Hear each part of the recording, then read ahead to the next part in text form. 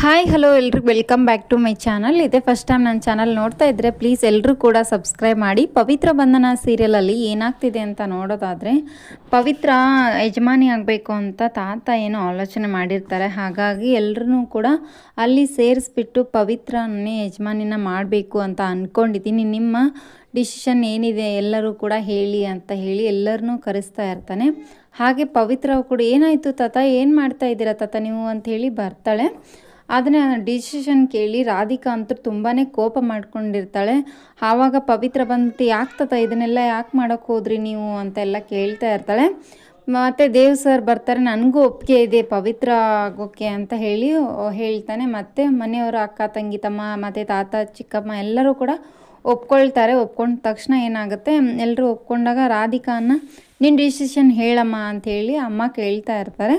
ಆವಾಗ ಆಯಿತು ನನ್ನ ಡಿಸಿಷನ್ ಕೂಡ ಹೇಳ್ತಾ ಇದ್ದೀನಿ ಅಂತ ಹೇಳ್ಬಿಟ್ಟು, ಇವತ್ತಿಂದ ನೀನು ರಾಧಿಕಾನ ಅತ್ತೆ ಅಂತಲೇ ಕರಿಬೇಕು, ಯಜಮಾನಮ್ಮ ಅಂತ ಕರಿಬಾರ್ದು ಅಂಥೇಳಿ ತಾತ ಹೇಳ್ತಾರೆ.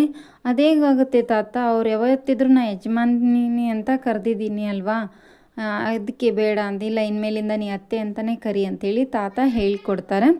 ಹಾಗೆ ಈಗ ಎಲ್ಲ ಮನೆ ಜವಾಬ್ದಾರನ ನೀನೇ ಹೊತ್ಕೊಳ್ಬೇಕಮ್ಮ ಅಂತ ಹೇಳ್ಬಿಟ್ಟು ರಾಧಿಕಾ ಹತ್ರ ಬಂದುಬಿಟ್ಟು ಮತ್ತು ಪವಿತ್ರನ ಕೈಯಲ್ಲಿ ಮನೆಯೆಲ್ಲ ಬೀಗದ ಕೈಗಳನ್ನು ಪವಿತ್ರ ಕೈಯಲ್ಲಿ ಇಡ್ತಾರೆ. ಇದರಿಂದ ಮನೆ ಜವಾಬ್ದಾರಿ ಎಲ್ಲವನ್ನು ಪವಿತ್ರ ಎಲ್ಲವನ್ನು ಹೊಲಿಸ್ಕೊಂಡು ಹೋಗ್ತಾಳೆ ಏನು ಅಂತ ಮುಂದಿನ ಸಂಚಿಕೆಯಲ್ಲಿ ಹೇಳ್ತೀನಿ. ಇದೇ ಥರ ವೀಡಿಯೋಸ್ ನೋಡ್ತಾ ಇರಿ. Thank you for watching, keep support. Thank you. ಹಾಗೆ ಎಲ್ಲರೂ ಕೂಡ ಸಬ್ಸ್ಕ್ರೈಬ್ ಮಾಡಿ.